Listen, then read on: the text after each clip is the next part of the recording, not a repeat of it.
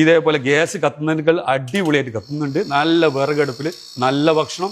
ഈ ഒരു ഫാനാണ് ഇതിന്റെ ഒരു കൺട്രോളിംഗ് സിസ്റ്റം വരുന്നത്. ഇതാണ് ഇതിന്റെ ഞങ്ങൾ ചാർജിങ് പോയിന്റ് വരുന്നത്. സാധാരണ ഗ്യാസ് അടുപ്പ് മേടിക്കാൻ കൊടുക്കണം 6000 രൂപ കൊടുക്കണം. മാസം 2000 രൂപ ഗ്യാസിനും കൊടുക്കേണ്ടി വരും. ഇതൊന്നും വേണ്ട. വീട്ടിൽ പറമ്പിലോ ചുള്ളിയോ വിറകോ ഉണ്ടെങ്കിൽ ഇട്ട് കത്തിക്കുക. ഇതേപോലെ ഗ്യാസിനേക്കാൾ പവറിൽ കത്തിക്കുക. ഗ്യാസിനേക്കാൾ വേഗതയിൽ കുക്കിംഗ് ചെയ്ത് തീർക്കാൻ പറ്റും. പിന്നെ അതേപോലത്തെ കുക്കിംഗ് സമയങ്ങളിൽ നമുക്ക് പെട്ടെന്ന് കറണ്ട് പോവുക കാര്യങ്ങളൊക്കെ ചെയ്യുമ്പോൾ ഞങ്ങൾ ഇതേപോലെ ചെറിയൊരു സെറ്റപ്പും ചെയ്തിട്ടുണ്ട്. ഇതേപോലുള്ളതാ ഈ വിറക് ലൈറ്റിംഗ്. ചില ആൾക്കാർ ചോദിക്കാറുണ്ടേ, ഇത് 5 കിലോ ബിരിയാണി വെക്കാൻ പറ്റുമോ?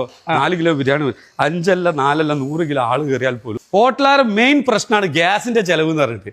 ആ ഗ്യാസിന്റെ ചെലവ് അങ്ങോട്ട് ഒഴിവാക്കി കളി. അത് കാണാത്തൊരു വെറൈറ്റി ആയിട്ടില്ല ഒരു ചായ സമാവർ ഉണ്ടല്ലോ അവിടെ. അതെ, ഈ വീഡിയോ കണ്ടിട്ട് ഈ ഒരു അടുപ്പ് നിങ്ങൾ പർച്ചേസ് ചെയ്യുകയാണെങ്കിൽ ഫസ്റ്റ് 100 പേർക്ക്, അതായത് ഈ ഒരു അൽഫാമിന്റെ ഗ്രില്ല് ഫ്രീ ആയിട്ട് കൊടുക്കുകയാണ്. ഹായ്, അപ്പൊ ഇന്ന് ഞാനുള്ളത് കോഴിക്കോടാണ്. കോഴിക്കോട് ചെറുവണ്ണൂര് മധുര ബസാറിലാണ് ഇന്ന് ഞാൻ എത്തിയിട്ടുള്ളത്. അപ്പോ ഇക്ക അടുപ്പുകളുടെ ഒരു ലോകം. അതെ, വെറും അടുപ്പല്ല, വിറകടുപ്പിന്റെ ഒരു ലോകം. ഓക്കെ, ഇവിടുത്തെ കറക്റ്റ് ലൊക്കേഷൻ എന്ന് പറഞ്ഞിട്ടാണ് കോഴിക്കോട് ഭാഗത്ത് നിന്ന് വരുന്ന ആൾക്കാർക്ക് ഫറൂഖ് പുതിയ പാലം എത്തുന്നതിന് മുൻപേ വലതു ഭാഗത്തേക്ക് ബേപ്പൂർ ബീച്ചിലേക്ക് പോകുന്ന റോഡുണ്ട്, BC റോഡ് എന്ന് പറയും. അവിടെ മധുര ബസാർ അങ്ങാടി ചോദിക്കുക, നേരെ ഇവിടെ വരാം. മലപ്പുറം ഭാഗത്ത് നിന്ന് വരുന്ന ആൾക്കാർക്ക് പുതിയ പാലം കഴിഞ്ഞതിന് ശേഷം ചെറുവണ്ണ അങ്ങാടിയിൽ നിന്ന് ലെഫ്റ്റിലേക്കുള്ള വഴി, അത് മധുര ബസാർ. മധുര ബസാർ നാർ ഇൻഡസ്ട്രിയൽസ് വിറകടുപ്പ് കമ്പനി, അതാണ് ഞങ്ങളുടെ കമ്പനി അഡ്രസ്. അപ്പൊ നിങ്ങളുടെ അടുത്ത് ചെറിയ അടുപ്പ് മുതൽ വലിയ ഹെവി അടുപ്പ് വരെ ഉണ്ട്. ഈ കസ്റ്റമൈസ്ഡ് ആണ് പിന്നെ കൂടുതൽ ഞങ്ങൾ ചെയ്ത് കൊടുക്കുന്നത്. 50 കിലോ 70 കിലോ 35 കുറഞ്ഞിട്ട് കൂടിയിട്ടുള്ള എല്ലാ സിസ്റ്റംസും ബേക്കറീസ് എല്ലാം ചെയ്ത് കൊടുക്കുന്നുണ്ട്. അപ്പൊ നമുക്ക് എന്നാലേ ഓരോ അടുപ്പുകളും കാണിച്ചു കൊടുക്കാലോ. അപ്പൊ നമ്മൾ ഫസ്റ്റ് ഇത് ചെറുതിൽ തന്നെ തുടങ്ങാം നമുക്ക്.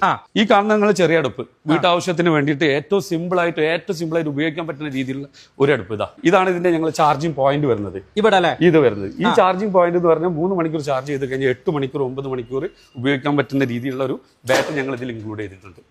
ഇതേപോലെ തന്നെ ഇതിൽ കൺട്രോളറും ഉണ്ട്. 1 2 3. ഈ കൺട്രോൾ വരുന്നതോടുകൂടി ഈ അടുപ്പിന്റെ പ്രവർത്തനം ഇവിടെ തുടങ്ങും. ഞങ്ങൾക്ക് ഇതേപോലെ കുക്കിങ്ങും ആരംഭിക്കാം. ഇതാണ് വരുന്നത്. ഈ ചാർജ് ചെയ്യണമെങ്കിൽ കുത്തിയാൽ മതി. ഒരു 4 മണിക്കൂർ ചാർജ് ചെയ്താലും ഒരു 10 മണിക്കൂർ ഉപയോഗിക്കാൻ പറ്റുന്ന രീതിയിൽ കിട്ടും. പിന്നെ അതേപോലത്തെ കുക്കിംഗ് സമയങ്ങളിൽ നമുക്ക് പെട്ടെന്ന് കറണ്ട് പോവുക കാര്യങ്ങളൊക്കെ ചെയ്യുമ്പോൾ ഞങ്ങൾ ഇതേപോലെ ചെറിയൊരു സെറ്റപ്പും ചെയ്തിട്ടുണ്ട്. ഇതേപോലുള്ളതാ ഈ വിറക് ലൈറ്റിംഗ് ഒരു സ്റ്റാൻഡ് ബേസിൽ ചെയ്യാൻ പറ്റും. ഇതേപോലെ തന്നെ ഞങ്ങൾക്ക് കറണ്ട് ഇല്ലാത്ത സ്ഥലങ്ങളിൽ ചെയ്യാൻ വേണ്ടി സോളാർ പാനലിലൂടെ ചാർജ് ചെയ്യാനുള്ള ഒരു സിസ്റ്റം ഉണ്ട്. ഇത് ഇൻക്ലൂഡ് അല്ല, ഇത് സെപ്പറേറ്റ് ചാർജ് വരും. ഇതിനെല്ലാം ഇതേപോലെ ചാർജിങ് കൊടുക്കുക.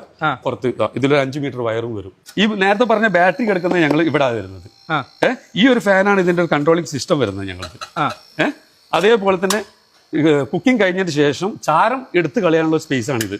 കുക്കിംഗ് കഴിഞ്ഞാൽ എന്റെ റിപ്പയർ വരെ ഞങ്ങൾ 6 മാസം ഗ്യാരണ്ടി ഈ ബാറ്ററി ബാക്കപ്പിന് കൊടുക്കുന്നുണ്ട്. അത് മാത്രല്ല, ഇതിന് ചില ആൾക്കാർ ചോദിക്കാറുണ്ടേ, ഇത് 5 കിലോ ബിരിയാണി വെക്കാൻ പറ്റുമോ? 4 കിലോ ബിരിയാണി